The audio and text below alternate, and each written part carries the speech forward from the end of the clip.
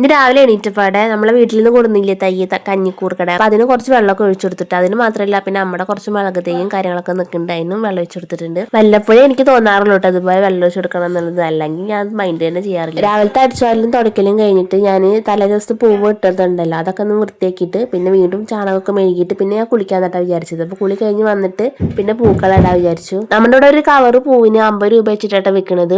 അപ്പൊ അത് മേടിച്ചാൽ പിന്നെ നമുക്ക് 2-3 ദിവസത്തിനൊക്കെ ഉപയോഗിക്കാം. പോരാത്തത് ഉണ്ടെങ്കിൽ പിന്നെ ഞാൻ വീട്ടിലുള്ള പൂവ് ഞാൻ പൊട്ടിക്കാറുണ്ട് കേട്ടോ. പിന്നെ ഈ കത്രിക വെച്ച് കത്തിയതുകൊണ്ട് തന്നെ അത്യാവശ്യം പൂവുള്ളതുപോലെ നമുക്ക് തോന്നാറുണ്ട് കേട്ടോ. അപ്പൊ എനിക്കറിയുന്ന രീതിയിൽ ഞാൻ അതാ പൂക്കളൊക്കെ ഇട്ട് സെറ്റ് ആക്കിയിട്ടുണ്ട്. പിന്നെ 2 പേർക്കും നല്ല ഉറക്കായിരുന്നു കേട്ടോ. അപ്പൊ ഞാൻ എന്ത് വിചാരിച്ചിരുന്ന അവര് നിൽക്കുമ്പോൾ ചായ കുടിക്കാൻ വിചാരിച്ചിട്ട് നല്ല ചൂട് ചപ്പാത്തിയും നല്ല ഇഷ്ടക്കറി ഉണ്ടായിരുന്നു. അപ്പൊ അത് കൂട്ടിട്ട് ചായ കുടിച്ചു. പിന്നെ ഞാൻ ചോറിന് അരിയിട്ടതിന് ശേഷം കേട്ടോ പിന്നെ അക്കുടെ എണീറ്റത്. അവനൊന്ന് സ്കൂളിൽ എക്സാം ആണ്. ഇപ്പൊ ഉറക്കം മതിയായിട്ടില്ല, 9 മണിയായിട്ട് ആള് എണീക്കണില്ല. പിന്നെ ഞാൻ എടുത്തു കൂടുന്ന ഒരുവിധം കുളിപ്പിച്ച് പല്ലൊക്കെ തേപ്പിച്ച് കൊടുത്തിട്ട് വേഗം ചായ കൊടുത്തിട്ട് പിന്നെ സ്കൂളിലേക്കൊക്കെ പറഞ്ഞു. നമ്മളെ സ്ഥിരം മീൻ പിടിക്കുന്ന ചേട്ടൻ വന്നിട്ടുണ്ടായിരുന്നില്ല. അപ്പൊ ഉള്ളതുകൊണ്ട് എന്തെങ്കിലും തട്ടിക്കൂട്ടാല വിചാരിച്ചിട്ട് കുറച്ച് കഷ്ണം ഇരിക്കുന്നുണ്ടായിരുന്നു. അപ്പൊ അത് വെച്ചിട്ട് ഇളക്ക് സാമ്പാറൊക്കെ വിചാരിച്ചു. പിന്നെ നമ്മുടെ പയറുണ്ടായിരുന്നു കുറച്ച്, അപ്പൊ അത് ഉപ്പേരി വെക്കണം. അത് ഇങ്ങനെ നന്നാക്കിക്കൊണ്ടിരിക്കുമ്പോഴേ നല്ല മഴക്കാറ് നല്ല കാറ്റുണ്ടായിരുന്നു. അപ്പൊ വേഗം പോയിട്ട് തുണിയൊക്കെ എടുത്തിച്ചു. ആ തുണി എടുത്ത് വെച്ച് തിരിഞ്ഞപ്പോഴത്തേനും നല്ല മഴയും പെയ്തു. അങ്ങനെ മേലെന്ന് ഡ്രസ്സ് ഞാൻ താഴത്ത് കൂടുന്ന തോരനിട്ടിട്ട് പിന്നെ ഞാൻ മിളക് സാമ്പാറൊക്കെ വിചാരിച്ചിട്ട് അപ്പൊ പിന്നെ കഷ്ണങ്ങളൊക്കെ വേഗം കുക്കറിലിട്ട് അടിച്ചിട്ട് നമ്മുടെ സാമ്പാറും റെഡിയാക്കി. നമ്മുടെ പയറുപ്പേരി ഇതാ റെഡി ആയിക്കൊണ്ടിരിക്കാനായിട്ട്. എന്റെ അമ്മ ഇങ്ങനെയാണ് പയറുപ്പേരി ഉണ്ടാക്കുക, നല്ല ടേസ്റ്റായി